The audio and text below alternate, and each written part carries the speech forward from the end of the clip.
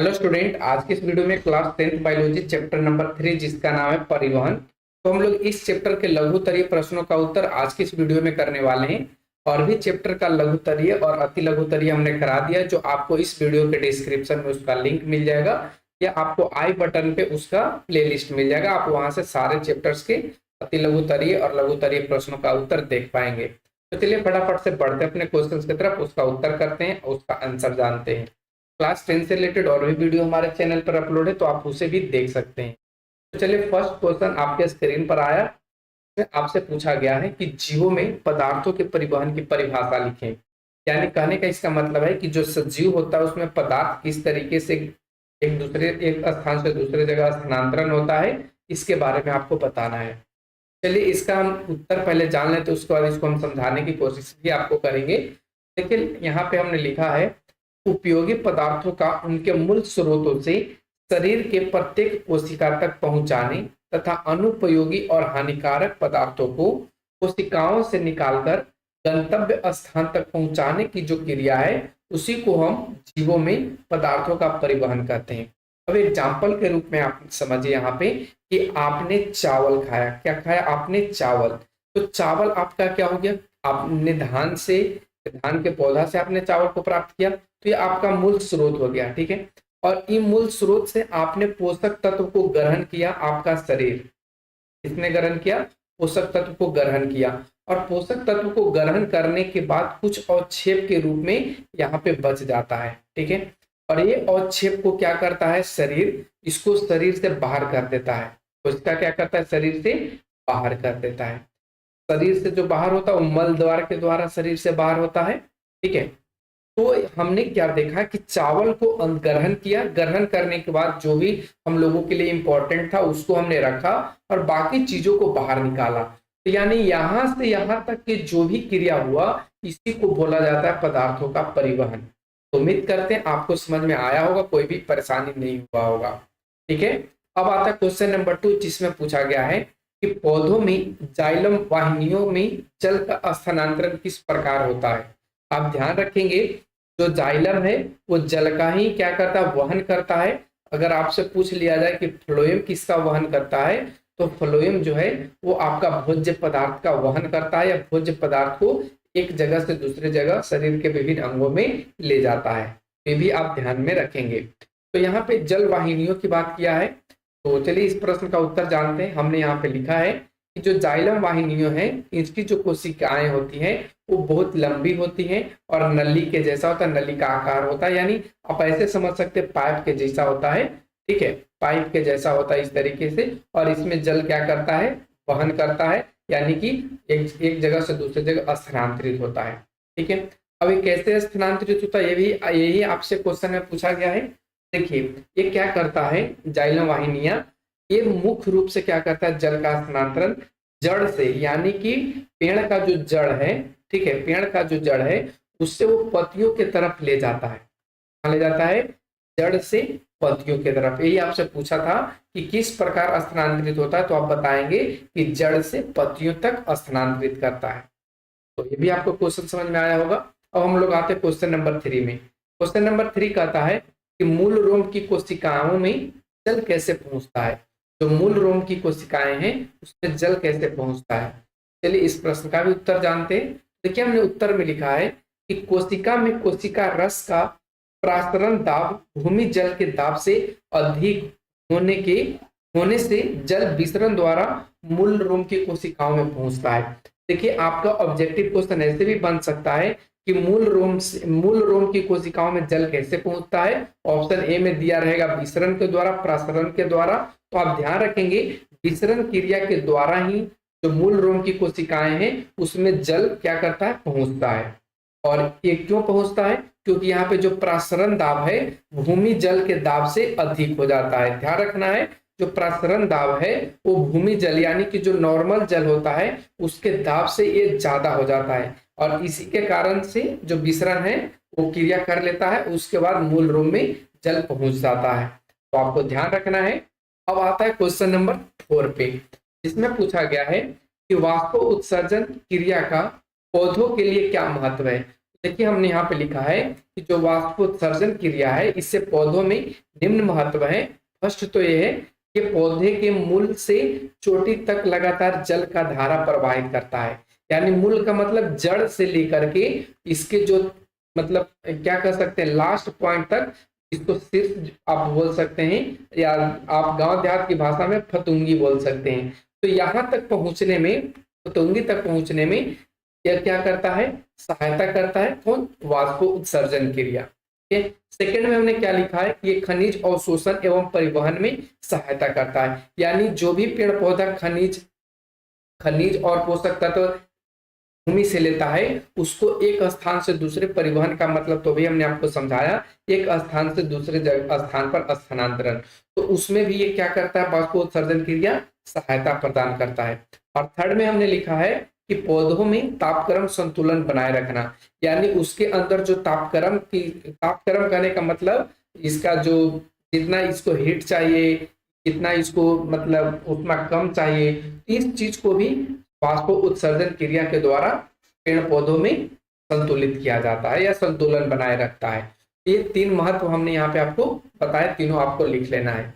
अगला क्वेश्चन आता है 5 नंबर। इसमें पूछा है कि एक दिशीय एवं द्विदिशीय स्थानांतरण में क्या अंतर है। तो देखिए इसका उत्तर आपको ऐसे लिखना है, एक दिशीय एवं द्विदिशीय स्थानांतरण में निम्न अंतर है। पहला, इसमें हमने लिखा है एक दिशीय में कि इसमें पौधों में जल तथा खनिज लवण के परिवहन करता है। यानी जो एक दिशीय होता है ये क्या चीज का वहन करता है, ये जल और खनिज लवण का क्या करता है, परिवहन करता है। और कैसे करता है, तो जड़ से पौधों के ऊपरी भागों में एक दिशा के रूप में करता है। इस दिशा में एक दिशा के रूप में करता है, कहां से, जड़ से पौधों के ऊपरी भागों में।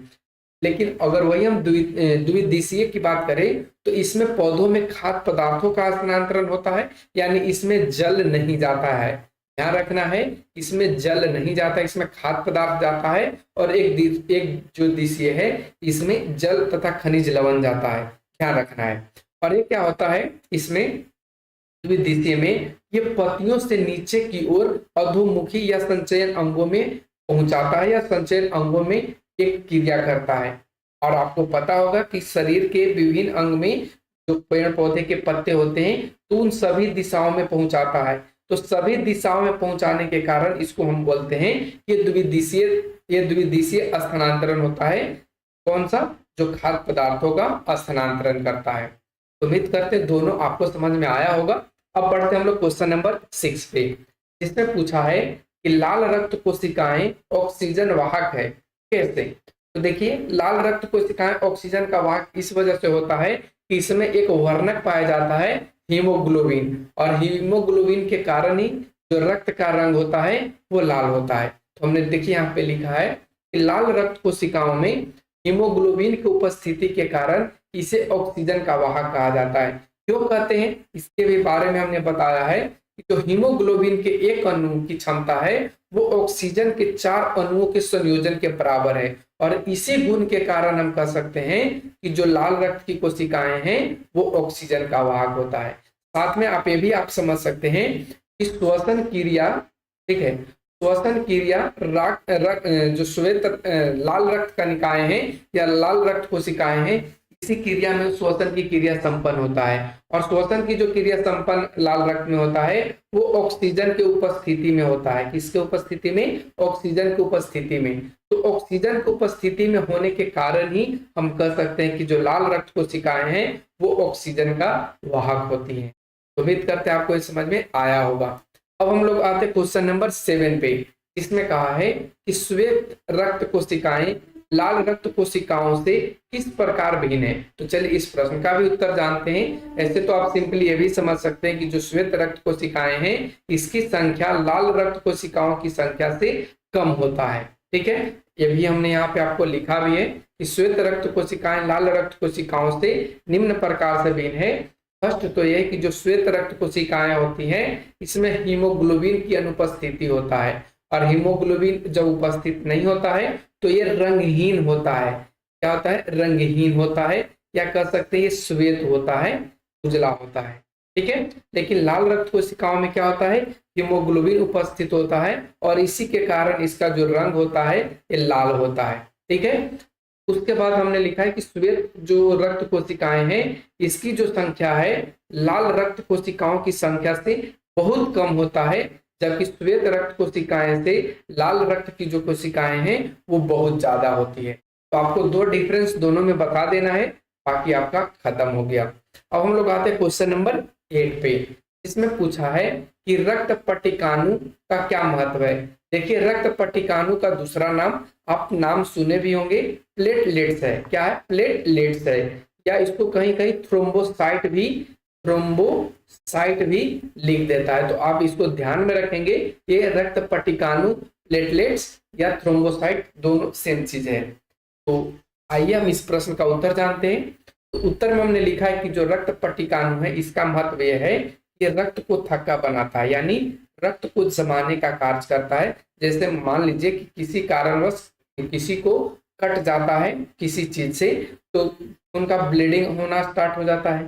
तो जब खून का ब्लीडिंग होना स्टार्ट हो जाता है तो यहाँ पे पतला जाला के रूप में ये क्या करता है, प्लेटलेट्स ये निर्माण करता है, और उसके बाद जो रक्त है वो थक्का हो जाता है और फिर उसके बाद खून बहना बंद हो जाता है।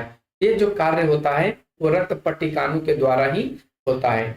क्वेश्चन नंबर 8 आपका कंप्लीट होता है। अब हम बढ़ते हैं आगे के क्वेश्चन नंबर 9 पे, जिसमें पूछा है कि धमनी और शिरा में अंतर स्पष्ट कीजिए। यानी कहने का मतलब है कि धमनी क्या होता है और शिरा क्या होता है, इन दोनों में आपको अंतर करना है। चलिए इस प्रश्न का भी उत्तर हम यहाँ पे जानते हैं। उत्तर में हमने लिखा है कि धमनी और शिरा में निम्नलिखित अंतर है। एक तरफ हमने धमनी लिखा है और सेकेंड तरफ हमने शिरा लिखा है। धमनी में क्या होता है, ये शुद्ध और ऑक्सीजन इसमें या ऑक्सीजनित रक्त होता है। ठीक है, ऑक्सीजनित का मतलब इसमें ऑक्सीजन की मात्रा होती है इस धमनी में। ठीक है, लेकिन अगर हम शिरा की बात करें तो ये अशुद्ध होता है और इसमें ऑक्सीजन की मात्रा नहीं होता, इसमें ऑक्सीजन नहीं होता है। ठीक है, दोनों का कार्य यही है, एक तो हृदय से विभिन्न भागों में ले जाता है, लेकिन शिरा की काम क्या है कि विभिन्न अंगों से हृदय में ले जाता है। ध्यान रखना, धमनी क्या करेगा, विभिन्न हृदय से विभिन्न भागों में ले जाएगा, लेकिन जो शिरा होगा वो विभिन्न भागों से हृदय में लेकर आएगा। दोनों का काम उल्टा है, ध्यान रखना थोड़ा सा। धमनी की जो दीवारें होती हैं वो मोटी होती हैं, लचीली होती है तथा कपाटहीन होती है। लेकिन अगर हम शिरा की बात करें तो इसकी जो दीवार होती है धमनी की अपेक्षा पतली होती है और कपाट युक्त होता है, यानी इसमें कपाट लगा हुआ होता है, जबकि इसमें कपाट नहीं होता है। फिर उसी तरीके से थर्ड में हमने लिखा है कि एक धमनी अपवाद में है। ठीक है, एक धमनी अपवाद में है और यही आपसे पूछा जाएगा ऑब्जेक्टिव में कि निम्न में कौन ऐसा धमनी है जो अशुद्ध रक्त का वहन करता है। तो आप बताएंगे फुफ्फुस धमनी। क्या नाम है उसका, फुफ्फुस धमनी।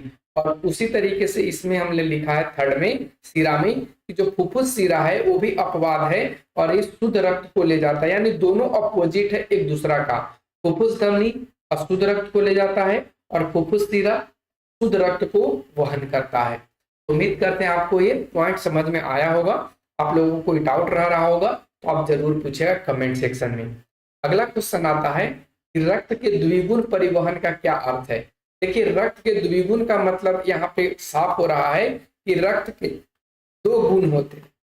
कौन कौन से गुण होते हैं, तो अभी हमने आपको ऊपर भी समझाया। एक तो गुण ये होता है कि रक्त फेफड़ा में जाता है, ठीक है, ऑक्सीजन के माध्यम से या ऑक्सीजन के साथ। ठीक है, और उसी फेफड़ा से क्या होता है शरीर के विभिन्न अंगों में क्या होता है चला जाता है, और उसमें जब रिटर्न होता है तो CO2 कार्बन डाइऑक्साइड मिला हुआ होता है, और फिर से ये क्या करता है CO2 ये रक्त CO2 को अपने साथ लिए फिर से वो फेफड़ा में पहुंचता है विभिन्न अंगों से, और उसके बाद श्वास के माध्यम से बाहर निकल जाता है। तो ये कार्य करता है रक्त, तो इसी कारण इसे द्विगुण कहा गया है।